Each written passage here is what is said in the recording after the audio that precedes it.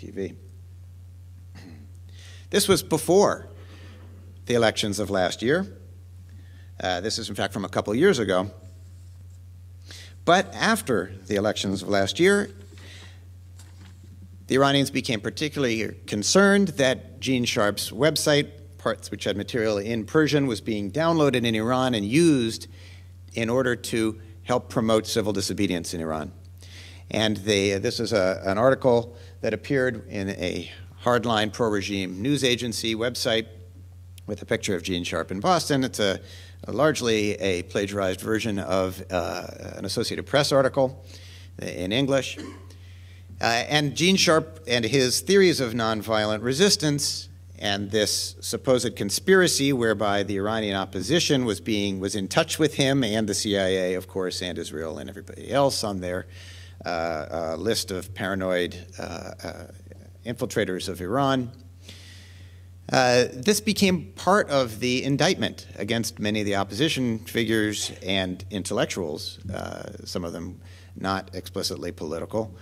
Last summer, Gene Sharp then steps up and as one of the links tying local opposition in Iran to this supposed global conspiracy to overturn the Islamic Republic. And indeed, there are many ways in which his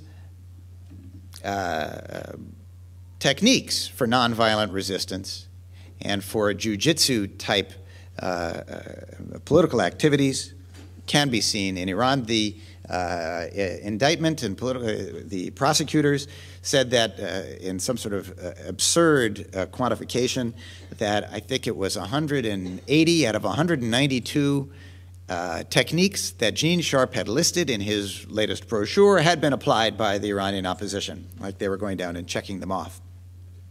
In any case, regardless of whether they got it from Gene Sharp or developing it on their own, the Iranian opposition was very creative in using the history of the Islamic Revolution in order to make the point that the revolution itself had come full cycle and that a new revolution was underway. One of the elements of this analogizing was to reproduce this famous newspaper from 1979 at the bottom right, this issue of Etila'at after the Shah left Iran, having been ousted by the revolution. The title there, Shah Raft, the Shah has gone, the Shah has left. And a variety of quickly mocked up versions of that newspaper were carried in demonstrations last summer. So here it says, instead of Shah Raft, Ahmadi Raft. That is, Ahmadinejad has gone, with a funny picture of him and various other funny slogans. There are a number of different versions of this that you can find in photographs of that period. Another technique that was associated with the revolution in 1978 and 79 against the Shah and resuscitated now symbolically against the Islamic Republic itself was to go on your rooftop at night and shout, "God is great, Allahu Akbar." This shout, of course, is because it's anonymous, it's at night, is very impressive. If you get people all over the city doing it, it's difficult to counter, and it makes for an effective presentation of popular demands. It's hard to get a picture of people shouting at night. So instead, from this YouTube video, which has a soundtrack, you get the transcript shouts of Allahu Akbar on Tehran's rooftops. YouTube and other sites becoming one of the ways in which people were communicating not only with each other within Iran, but also with the outside world. Another technique borrowed from not just the Islamic Revolution of 78, 79, but other revolutions and movements as well, was to build barricades. Of course, being heavily outgunned and having very little in the way of an armed protest presence, when the militias or the police move in, you run away. So it's a form of cat and mouse, where you make a stand and then you melt away, or in this case, simply run away quite publicly. You set things on fire in the street. It's it's not really going to stop anybody. I don't think that's the intention. I think rather it's to create a moment of dissent, a moment of saying no, as well as good visuals, since fire always looks good. And one of the interesting things here is you see all these militia or police or security forces or whoever they may be on motorbikes, which have become sort of the symbol of the government response to these protests, going after people. There's a little bit of a Mad Max kind of quality to this. And they play into this by wearing black, by having the black hooded helmets. The bikes are black. And on the back of their flak jackets, it says police. In English, not in Persian. They must have bought these on eBay. You know, they must have gotten a good deal. They had to arm up quickly. And then you see thousands and thousands of these, all of them saying police in white letters on the back. Another element of cultural jiu-jitsu is to claim the Shia heritage of victimhood. And here we have a protester with a black eye, proud of it. She's been beaten by the security forces. She shows up at the next demonstration, smiling, even with her black eye. This claiming of victimhood. Of course, the Iranian government has claimed since the revolution in '79 that victimhood is part of Iranian culture, that taking power and strength from likening oneself to ancient Shia victims is part of the reason that the Islamic Revolution could not be crushed. Well, now the opposition is using the same sort of trope to claim that they too will not be dissuaded by physical violence. One other item I'd like to point out in this slide is the person on the right taking a photograph.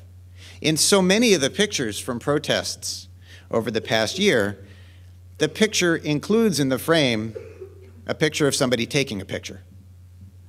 That this is a very self-referential, self-conscious protest movement. They're documenting themselves as they go along. They're trying to let people know that this really happened. Picture taking is a big part of that. And pictures of picture taking seem to be just all over the place.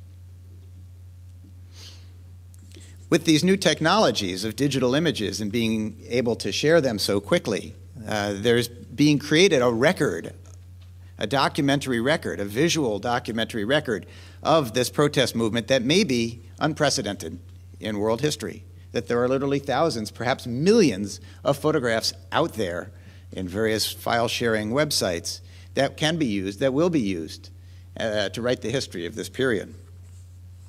Of course, as you've already seen, the famous video taken with a cell phone of Nida Agha Sultan just after she was shot and then as she dies.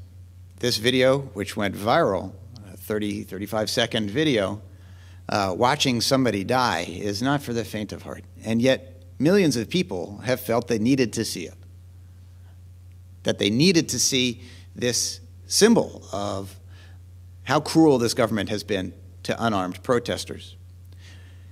Aside from the power of the video itself, I am struck by the fact that somebody at this protest, and he's identified himself, saw somebody get shot, and the first thing he thought to do within a second or two is take his cell phone, turn on the video, and turn to this person and film her. That's striking. Not running away, not just taking a quick picture and then running away, but turning on the video and staying, and then walking towards her. And you see there's no zoom function on these little cameras, walking up to her face till the final frame, the face is almost filling the frame. That person must have been within a couple feet of this dying woman. There's something both cruel to observing that and so media savvy, knowing that you have to get the close-up in order to have the full impact. And the idea that somebody was doing that in the middle of all of this uncertainty, not knowing whether the sniper that shot her would be firing again, is telling. I think it shows the willingness of this movement, or at least of activists within this movement, to take risks themselves, and particularly a risk involved in making a movie in documenting the movement itself.